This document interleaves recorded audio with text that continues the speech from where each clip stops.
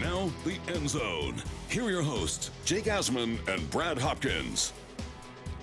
We continue here on this fine Sunday. It's my first time hosting here on NFL Radio, filling in, of course, for the great Bill Lekis alongside Brad Hopkins. And I figured if I'm going to make my hosting debut, I need a big name to join us to help make this show magical. And joining us right now is one of my favorites, the former head coach of both the Jets and the Chiefs. He currently works for ESPN, where you can watch him as an NFL analyst. The great Coach Herm Edwards joins us right now. Coach Herm, always appreciate your time. Thanks so much for getting up early for us. I know you're on the West Coast and joining us today.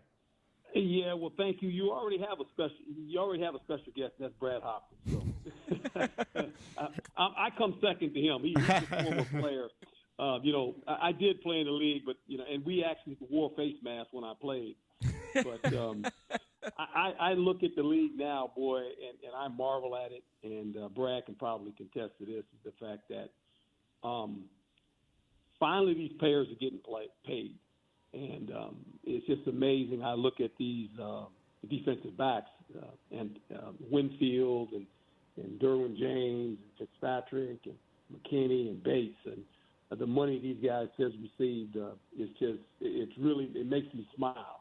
In the fact that when I came in the league in 1977, that was a long time ago. I know Joe Namath at that point had left and was with the Rams. And we all marveled at the fact that he was making $500,000. We said, man, that's a lot of money. So that's kind of where it's going.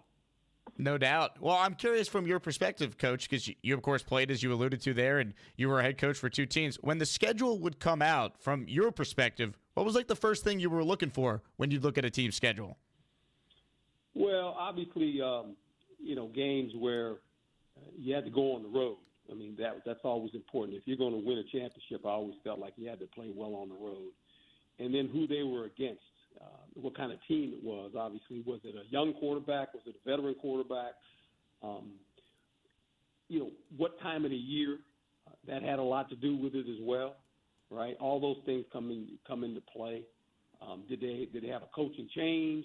All these things. I mean, you kind of look at it all. Then you obviously look at your division opponents, and you try to figure out where they land. Also, you look at teams that were in the playoffs last year. Do you get them early in the season? It's interesting now in the fact that with the lack of preseason play with the veteran guys, because they all wear their baseball hats now on the sideline, their coaches. The first month of football really is it's a month really where I call it like preseason games, except they count. And I think if you're a veteran team, you can steal some early wins just by the fact that guys aren't in shape to play football. They're just not. There's the way you play football, you actually have to practice and you have to play. And now those 4 early games in the season, to me, they're like preseason games. That's great, Coach. Hey, 6 quarterbacks, Coach, were taken in the first round, all of them within the first dozen picks. Now, which, if any of those, do you expect to see starting week 1, Coach? Well, Brad, in today's world, these guys don't mess around. If you need a quarterback and you pick him that high in the top 10, according to who you probably have a guy that's a veteran guy that's been around. If you're a new coach, you know what? I'm going with the young guy. I'm going to deal with, like I said, the first 4 games anyway of the regular season are like preseason games. So you might as well go ahead and play the young guy. Everybody's waiting on you to play him. The players are sitting there and go, hey, man, you drafted this guy number 2 or number 3 in the draft. You ain't going to play the guy? You're going to go with the veteran guy? You know his history? So I don't think I'm not afraid to do that. I'm not. I just think that we're in today's world where a lot of these offenses, and I think it has to do with the coordinator. Who's the coordinator? Will he build the offense around the quarterback? That's going to be the key. I mean, if you have a quarterback that can play off schedule, like the guy in Chicago, you're going to have to play off schedule some with this guy. I mean, you can't put him in a traditional offense and say, this is what I want you to do. No, your offense has to be has to adjust to the players you have now, especially the quarterback. Herm Edwards is our guest here at Sirius XM NFL Radio. You're listening to the End Zone. Brad Hopkins, Jake Asman with you. Coach, of course, you were a head coach for the Jets and the Chiefs. You also were the head coach at Arizona State, where you got a chance to coach Jaden Daniels. So speaking of rookie quarterbacks, what were your thoughts on seeing him get drafted second overall to Washington, and do you expect him to play basically right away when it's all said and done? Well, I would play him. There's no doubt about it. I still keep in contact with Jaden, with all those guys I had. Pearsall, that went to San Francisco, he was one of my guys as well. But Jaden, I think, will come in and give this team a spark. And Brad remember this name when I mentioned him, and he was there with me in Philly, Randall Cunningham. Oh, yeah. He has a lot of Randall Cunningham traits, and I played with Randall. He's very explosive as a runner. He can throw the ball down the field. He's gotten better now, sitting in the pocket and throwing over the last couple of years at LSU. But I had him as a young freshman. I started him as a freshman. Talking about young players, I put him in there. I said, he's the best player. And, Brad knows this. It's funny. Football sports is not hard to figure out. We make it difficult sometimes. But when you practice and you go to work every day, the players on the team know who the best players are. You can't trick the players. I say this is a former player. And I'm going, the players are looking and saying, why ain't that guy playing? He's the best player. Is he going to make some mistakes? Yeah. But, that's how they learn. That's how they grow, So that's experience. You don't have experience. Well, the only way to get experience is play them. And so I think in today's world, you don't have time to sit guys for 2 and 3 years and say, man, I'm going to wait. Because you as a head coach, you lose enough games, the next coach is going to be coaching it. Yeah, no, that's right. Hey, Coach, just like Jake mentioned, you have coached at the collegiate level, and, of course, you've coached at the pro level.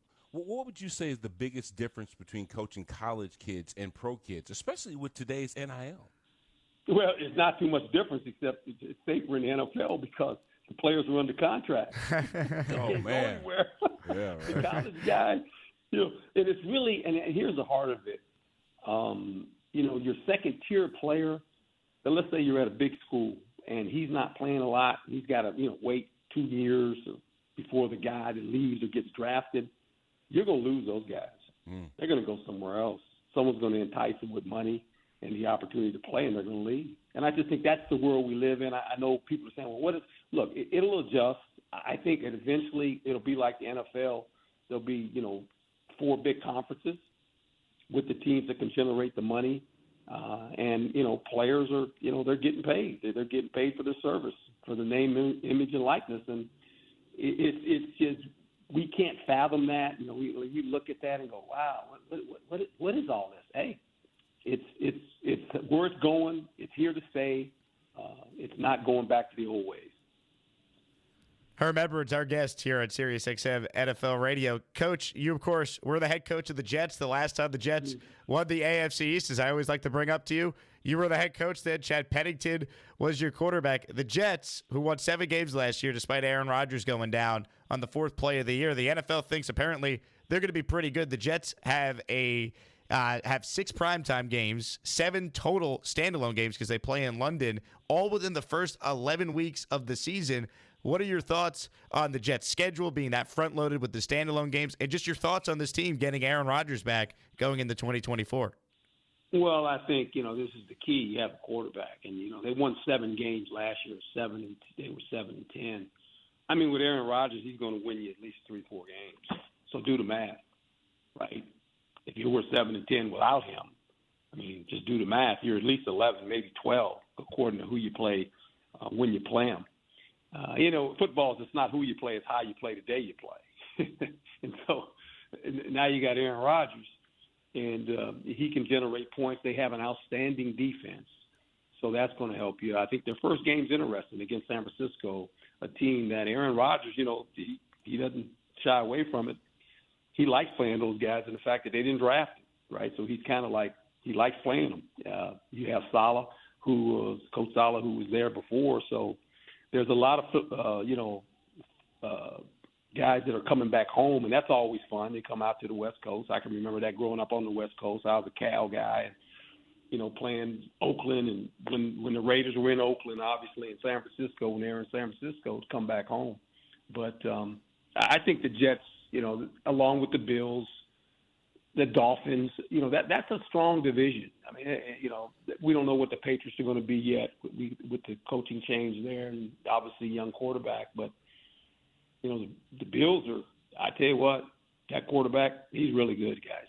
I mean, he's really, really good now. I mean, he's a good player. In Miami, I think defensively they're going to be a lot better. We know what they can do offensively, so that's going to be a fun division to watch. Last thing for me, Herm, we have a team that has won back-to-back championships. Never have we seen one win 3. How likely do you think the Chiefs are of actually pulling it off? Well, they got the bullseye on them. There's no doubt about it, but they got the best quarterback on the planet in Patrick Mahomes. And, Andy's a fabulous football coach. I mean, these guys they're playoff, they're tested. They're playoff tested, this team. Had a young secondary, had a young defense that really played well. They got some new receivers now. Got another. You know what? It's funny. They went and got another tight end.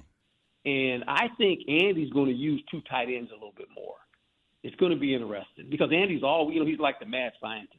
He's like, okay, I got another tight end. Because as you know, teams anymore, it's tough when you have a tight end that's athletic and you can take him out of the core. Well, now if you got 2 of them, and let's just say you go 2 tights, 2 receivers, and 1 back, on the back side of it, on that dead side, if you line them up in a pair, one on the line and one in the wing, to me that formation always gives defenses problems. It just does. It's like, what do we do with this, right? I mean, how do you handle this? Is it a run? Is it a pass? What is it? And then who's going to cover these guys, right? So that is a problem. The tight end in the National Football League, the big athletic tight ends, no one covers these guys. You see it every week, guys. No one. Look, everyone knows Kelsey's going to get the ball. They haven't covered the guy yet. No one covers him. It's like he's always open. He's 7'11". He's always open. He's never closed. He's just open for business, right? So it's interesting to see how this offense is going to look. Coach, you're the best. Really appreciate your time. Thanks so much for joining us. Hope you have a great rest of your weekend. Thanks, Coach. Pleasure's all mine. Good visiting with you, Brad. All right, see ya. Coach Herm Edwards with us there. Famously said, you play to win the game. Coach Herm. Play to win the game. Hello. Spending some time with us here on the End Zone on Sirius XM NFL Radio. Quick break, and we'll react to some of what Herm said. Plus, he brought up the Patriots. We also have to get into the Dolphins as we continue to talk about the AFC East this hour. Keep it right here. He's Brad Hopkins. My name is Jake Asman. Once again, it's the End Zone right here, Sirius XM NFL Radio.